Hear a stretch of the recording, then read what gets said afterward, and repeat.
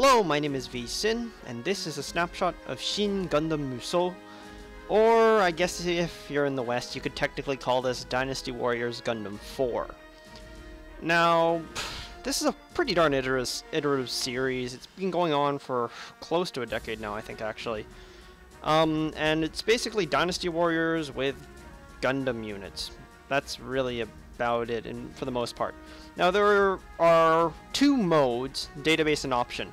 Official mode, it's basically, it takes you through the stories of Mobile Suit Gundam, Zeta Gundam, Gundam, what the hell was it again?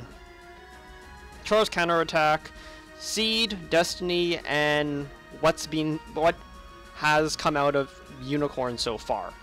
I will not show you any of this footage because I'm going to say this. It uses a crap ton of licensed music, a crap ton of licensed remixes, takes multiple still shots out of the anime, has reanimated versions of big animated scenes, and overall I just don't want to lose this video, so I will not show you any official mode footage.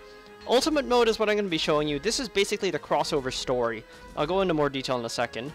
Database, let's go into this for a second. You can see you have a database of characters, all these various characters. I've only seen a few of them, for example. Irritatingly, the only X characters are Garou and Tifa, which I haven't seen yet, but whatever. So yeah, you have all these characters. Of note, though, is that they put a crap ton of emphasis on Seed and Destiny, with, like, 00, for example, doesn't have too much emphasis. I don't know who's in here. But then you get other things, like this is the original Gundam. As you can see, they do have a pretty large selection there, but otherwise, yeah. Also, Double Zeta. They did put quite a bit more of Double Zeta in here, I believe. Or maybe it's the first time, I can't remember exactly. Mobile suits, again, same sort of emphasis. All the various mobile suits. Battleships, I'm not going to go through it again, but same thing, battleships. Now, background music. Okay, this is what I'm going to do first, because I forgot to do this earlier. You notice I just muted the audio. Why the heck did I do that? These tracks, all the way up here. You can see in the top right corner that's showing off the icons. I need to mute all of these. So, let's see here. I don't know. I want to mute all of these, but I haven't actually found a way to mute these yet. This X is Get Out. And Circle, I believe, is added to soundtrack or something. So far I've noticed is that you can manage to avoid them if you don't go into official mode. Because I haven't noticed any of the official tracks in ultimate mode. But I really hope it doesn't show up because I don't want this video to get taken down. I will say for anybody trying to do derivative works of, well, pretty much Gundam games in general with licensed anything, soundtracks, Sony Music Entertainment Japan is very anal about those. If you can't manage to catch any of the visuals, that means anime, screenshots, or animated footage, they're also anal about that. I have noticed them being fairly lenient with the voice acting, though, so hopefully I won't get into too much trouble for this video. So let's put the audio back on. There we go. Famous scenes. This I'm definitely not going to show you, because those are the cutscenes. Cards. Now, cards are mostly, it's more or less just achievements, or at least in-game achievements. Like, I can't really tell what the conditionals are exactly, but I know that this is 3,000 of something, 10,000 of something.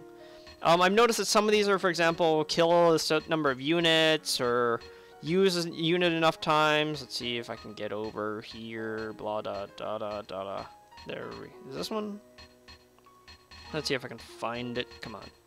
So this one, for example, I got this by using Kigali, like, I don't know, what is that exactly is that supposed to mean? 5,000 kills with Kigali or something? Not exactly sure. Anyways, these are all just achievements you get for doing various things. Unfortunately, because I'm not particularly proficient with Japanese, you're not going to be able, I can't really tell you what all of them are exactly. Let's go into ultimate mode. Now, as you can see here, I've cleared this batch up here.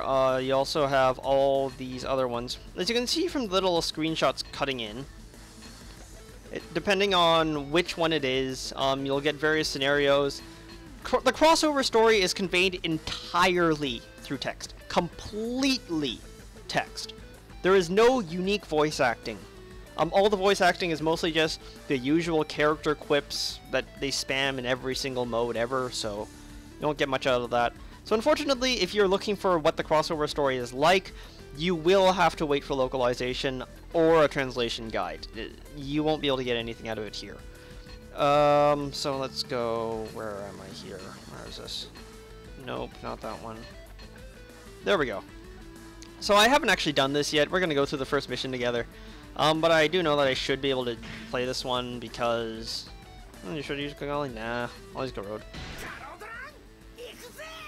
So, let's go in here. It's fairly typical of, well, the entire Dynasty Warriors Gundam franchise anyways.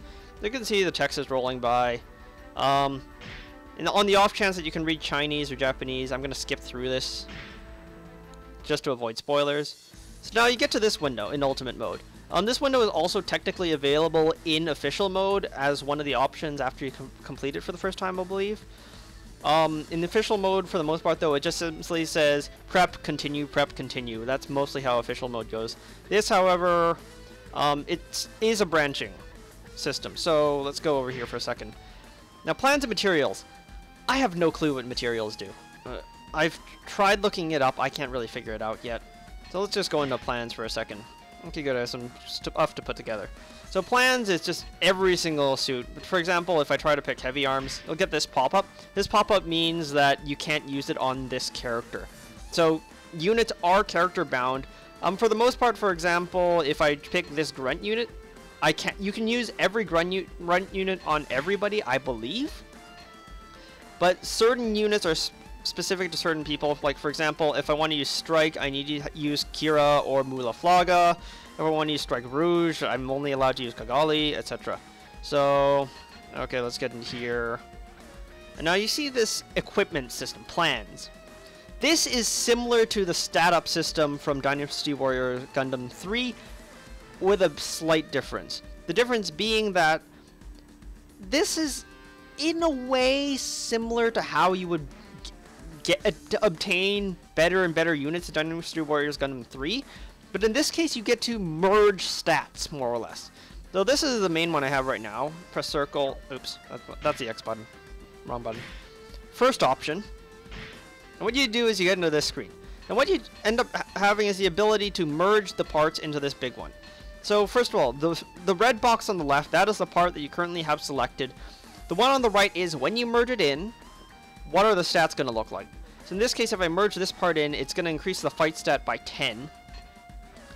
By the way, as you can see, if you look at the fight stat on the right side, you can see that the white number represents the total after merging, whereas the plus 10 represents how much the item is going to give you.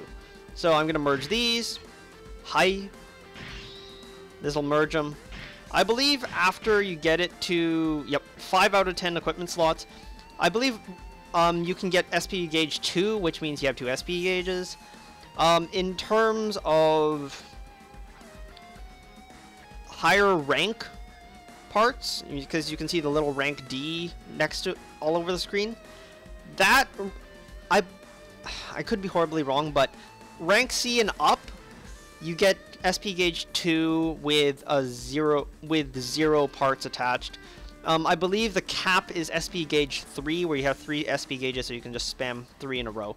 I'm just gonna merge all these parts because why the hell not? Slap this one on, slap this one on, and there we go. Square button is equip. If you have not equipped anything, like I am right now, you press X, it'll give you this little message there, and it's like, oh, okay, you need to make sure you equip this. So let's just put that on. The second option, by the way, is sell. You can see the little credits option down there. In the bottom right corner, you can see the 1,195 and then the 34,000 blah. That number, I believe it's used for the cost of merging these parts together. That's about it. So let's get out of here. And, okay, this is character customization. Now, there are 3 basic slots in here. Your character, represented by pilot change, by the way, so you can change in the middle of ultimate mode if you want to. But I'm using Garou, so why the hell not? You have your character, the character's skills, partner, and favorite. Now, I'm gonna get into skills in a second, but partner first. Partner is you select another character. Now, when you are using the, what's it called again? Burst mode, I'm just gonna call it. You have the option to, when you use your super, you essentially use your super first, and then you use your partner super immediately afterwards. That's basically how it works. Certain partners, like this is Bright Noah here, as well as everyone who uses the Archangel. They're like, I swear there are like 6, 7 I have right now that use the Archangel, but still. This is the Rakhaim, I think. Is it?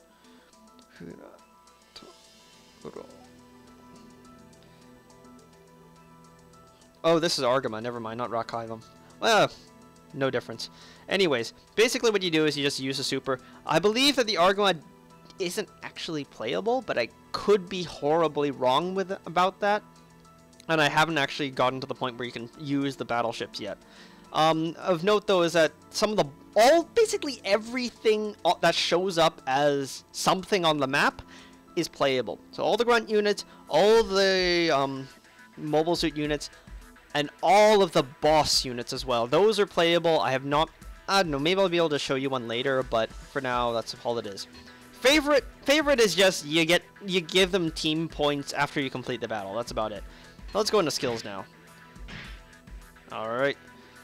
And you have this list of skills. If you can see, first of all, top left corner, team points. Those are the number of points I have to spend. You gain them by completing missions, etc. With the character or with the character in one of the favorite slots. So, thing is, once again, due to my ineptitude at Japanese, I don't know what any of these do. What I can tell you though is how to use the interface. So you have the red box here, move it around with a pad, press circle, and you can move it to the right. You can't remove points, but you can move it to the right. You see I added a point there. Press circle again, and that's it. And you can see that's glowing yellow. After you exit this area, then it will automatically save those skill points and you can't take them back.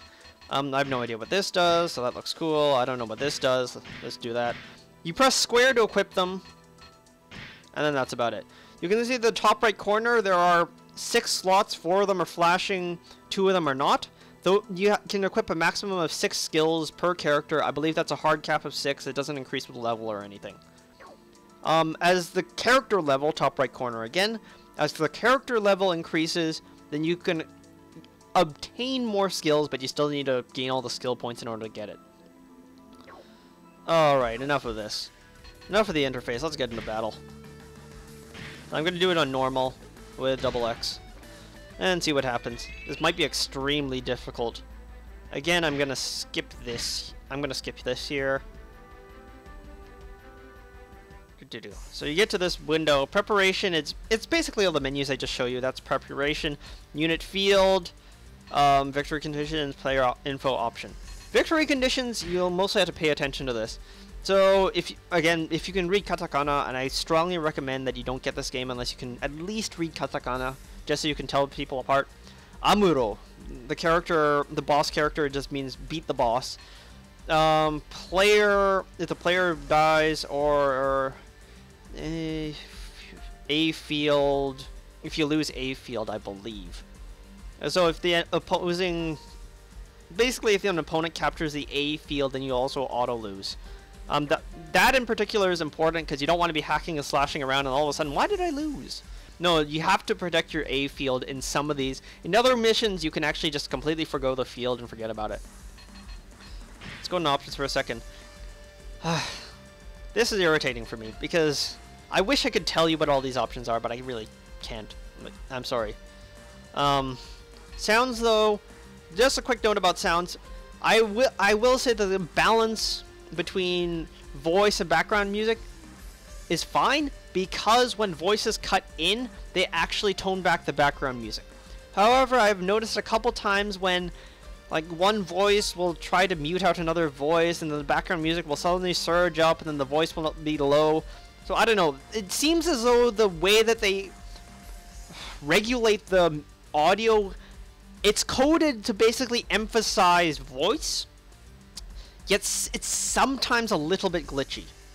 It's not too severe, especially if you don't know most of the quotes that they're saying, and if you've heard the quotes before, then you're gonna hear them like 50 times per battle, so it's not a big deal anyways. Let's get in here, I'm gonna show you what's going on. So, double X. Got your very standard stuff. Square, triangle, square, square, triangle, square, square, square, triangle, square, square, square, square, triangle, and 1, 2, 3, 4, 5, triangle. I believe it goes up to 5. However, I don't know, maybe it's, maybe my memory sucks, but I don't remember this one. Normally, you press triangle and then you shoot stuff like this, right? Oh, press up to lock onto enemy target. But what you also have is the option to basically charge shot. Hold down triangle and you will unleash whatever the heck your character's charge shot is.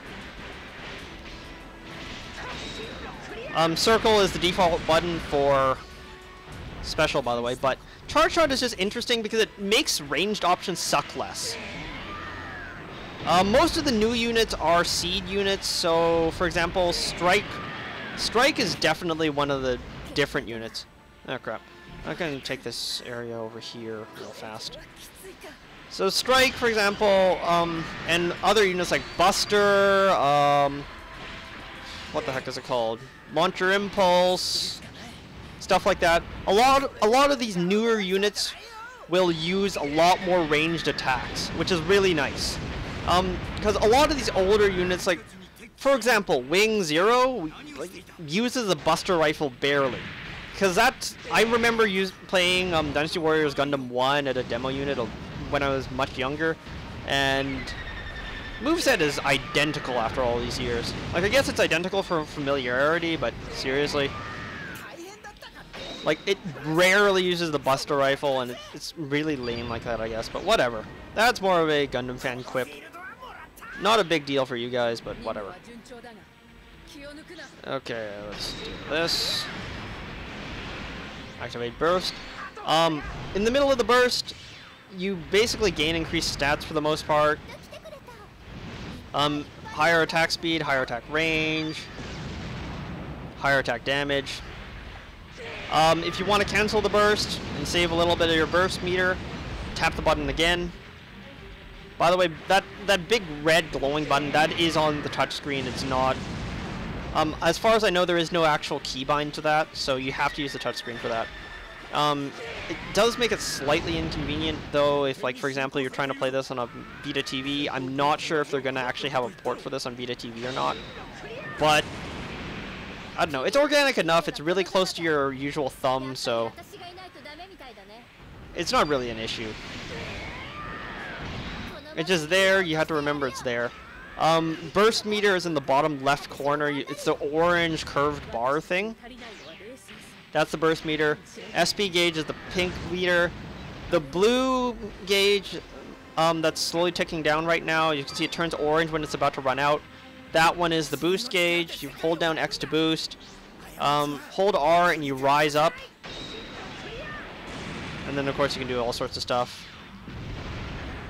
I don't know. Like, honestly, if you've played any Dynasty Warriors game before, you'll know how this control scheme works, more or less. Except maybe the boost button, but whatever. It doesn't take too long to get used to, I guess. Mind you, I am playing this on normal, so meh. Okay. Let's see if we can get around to finishing this thing. Just blow past all this. You can blow past all this if you want to. Okay, let's use this aerial special.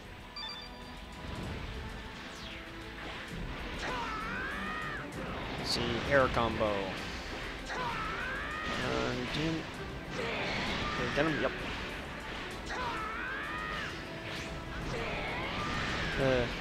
One small gripe though, camera. Now it's a little bit tricky to control the camera when you're not locked onto someone. Mostly just because you're trying to mash buttons with on the right pad, and you're trying, and the camera controls on the right stick.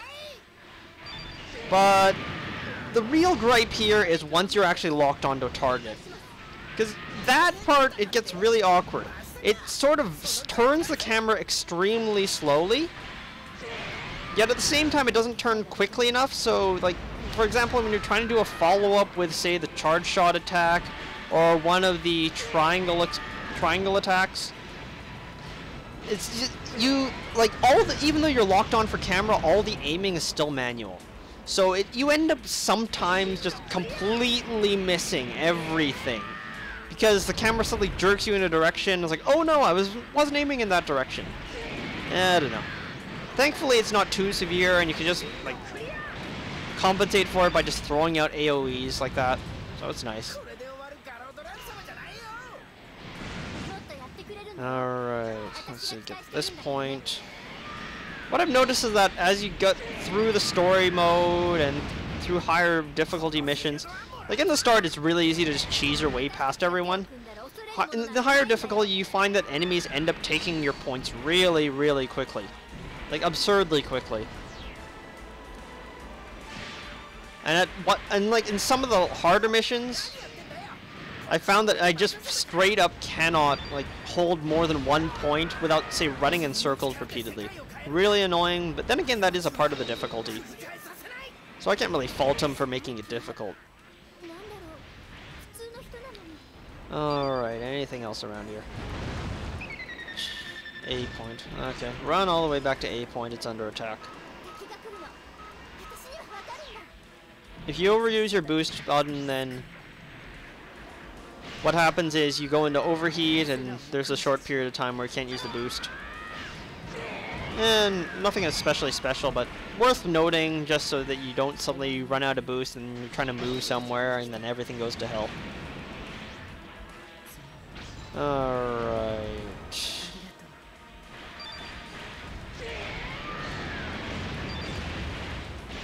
Let's clean up this mess.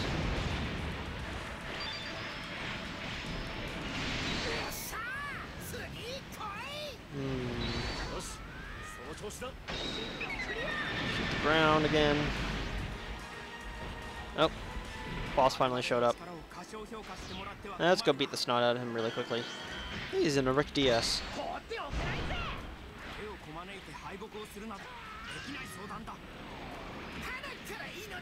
Oops.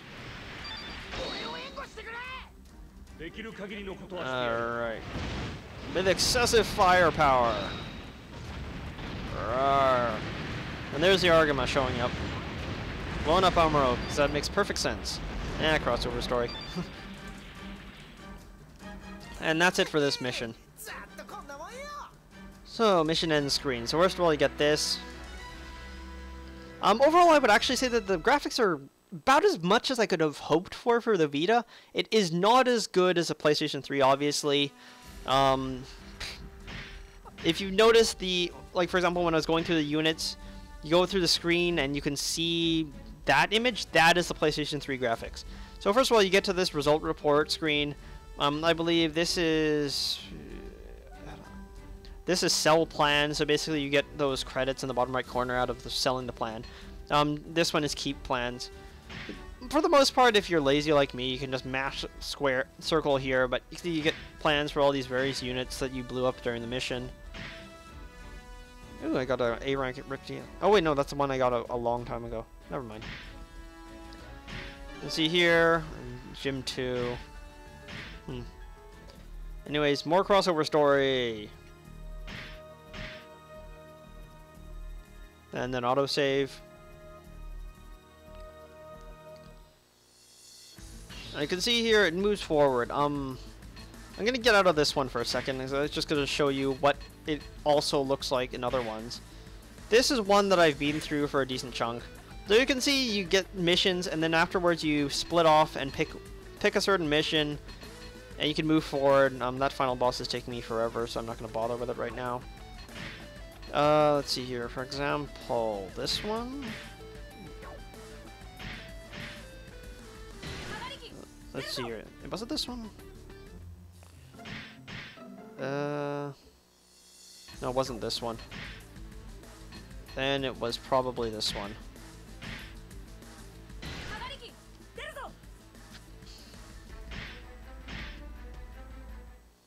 You can see here, for example, the gray ones are indicating that I didn't take these missions. For certain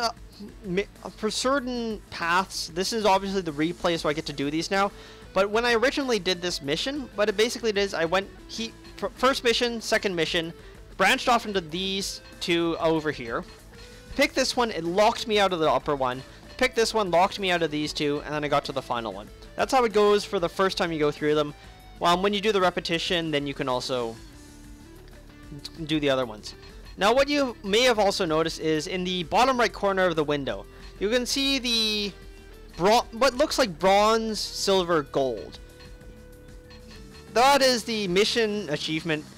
So far, I haven't seen that actually doing anything on its own. There's probably a card that you get for achieving a certain number of bronze medals, achieving a certain number of silver medals, and there's probably a PSN trophy for achieving blah blah blah, same thing. But so far, those on their own don't seem to actually affect much.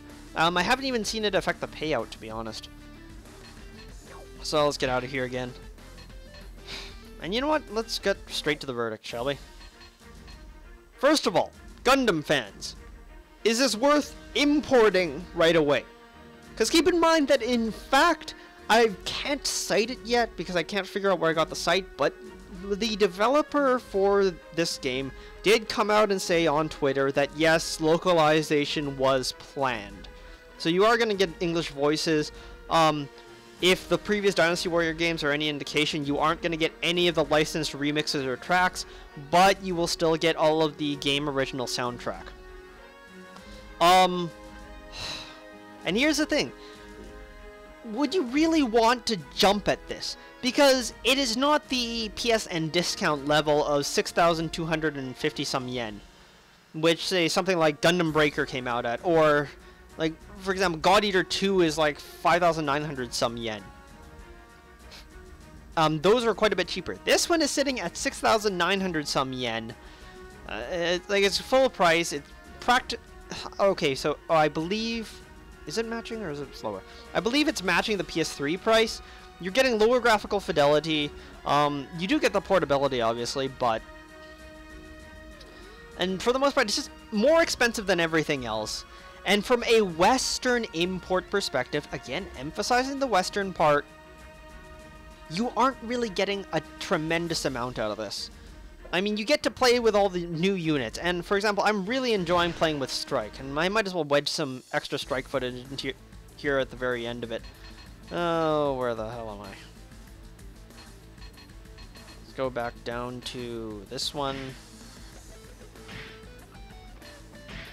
So while we're at it here, it's just, sure, there's some really nice units. Like, for example,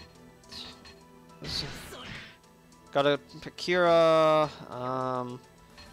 go to plans. For example, the Strike. Strike is it's actually pretty fun to play with. You get to switch between packs, you get to use Perfect Strike, and all that good stuff. But at the end of the day, Crossover Story is completely lost to you. Official mode is an extremely abbreviated version of the anime series that they're dealing with. Except for maybe Char's Counterattack, they might cover the whole thing there. But I don't know. I mean, it's just, is it really worth getting now? When, for example, an older game like Dynasty Warrior Gundam 3 has most of what you were already looking for.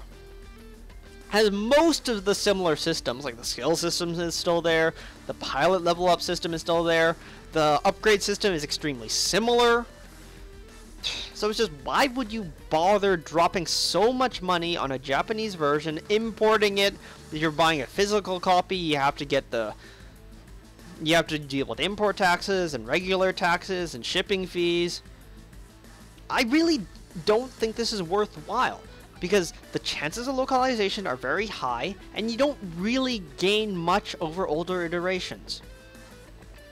Now, having said that, when this game comes out, in wherever, North America, when it comes out in Europe, when it gets an English dub, when it gets English text, would it then be worth it? That's the other question. And in my humble opinion, I would say that yeah, I think it would be worth it. Because at the end of the day, still has all the interesting characters, all the crossover story, all the nice 3D cutscenes. Admittedly, someone has already ripped them to YouTube, so if you're looking them up, you can look them up yourself. But for the most part, it's just, yeah, it's worth getting if you are a Gundam fan. But it's not getting right now, because you aren't getting too much out of it. Now, option number 3. You are not a Gundam fan. Would you bother with either version? Honestly, probably not. At the end of the day, this is a mildly different version of Dynasty Warriors Gundam. Well, not really, just mildly different version of same old Dynasty Warriors, plus licensed units, minus like some mechanics here and there. Like for example, the dual mechanic in Dynasty Warriors Next. Otherwise, like, are you really missing anything here? Are you really missing anything? Like, this is not something that I could recommend easily to other people. It's very dependent on liking the franchises that are associated with it. Because, like, unlike, say, Gundam Breaker, which is, again, another Gundam franchise brawler, that one has enough unique mechanics to say, okay, yeah, I could recommend that to newcomers to the franchises, or people who have no interest in Gundam. But this is entirely Gundam fan service. You will get nothing out of it if you are not a Gundam fan. Plain and simple. So if you are outside the franchises and don't give half a squat about anime or Gundam, I'd say don't bother. Especially not the import. Like this, even as a Gundam fan, I'm saying you're not quite getting everything you want out of this. Yet at the same time, like,